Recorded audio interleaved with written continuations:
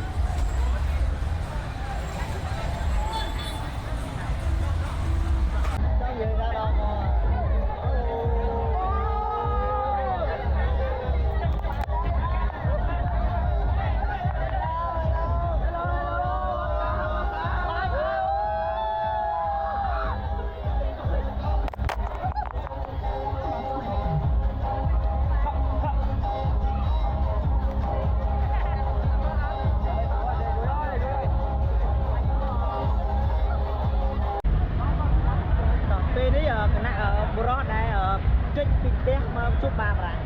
ចាំមើលទៅជួបបាបរ៉ាយ៉ាងហ្នឹងវារត់គ្នា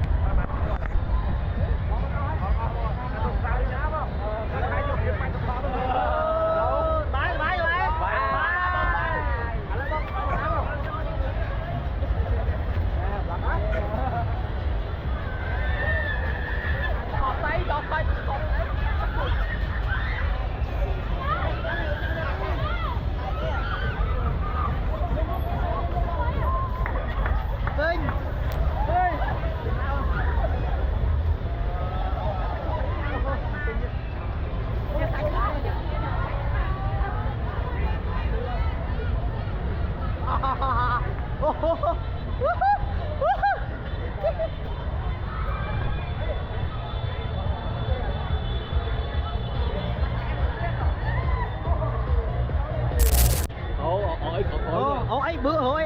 ông tính số mấy rồi mà tính số mấy ông nó tính số ngon nữa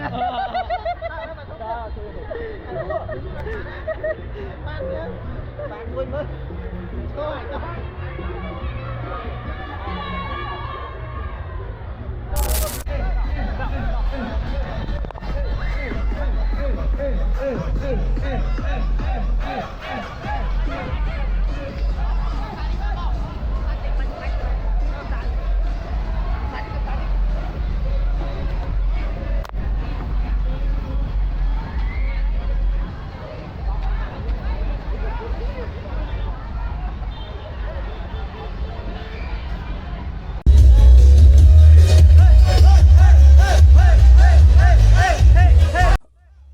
ហ្នឹងហើយបងប្អូនអរគ្នាឥឡូវវីដេអូនេះគឺយើងត្រូវបញ្ចប់ត្រឹមហ្នឹងហើយសម្រាប់ពុកម៉ែបងប្អូនអរគ្នាតាមដានទស្សនាណាហ្នឹងហើយចឹងបងប្អូនអរគ្នាដែលស្រឡាញ់ចូលចិត្តនៅវីដេអូខ្ញុំកុំភ្លេចជួយដើម្បីខ្ញុំដាក់ខាងមុខចឹងណាជួយគាត់ថាជួយចុចកណ្ដឹងមកបងប្អូនអរគ្នាទទួលបានវីដេអូថ្មីៗហើយអូខេតោះ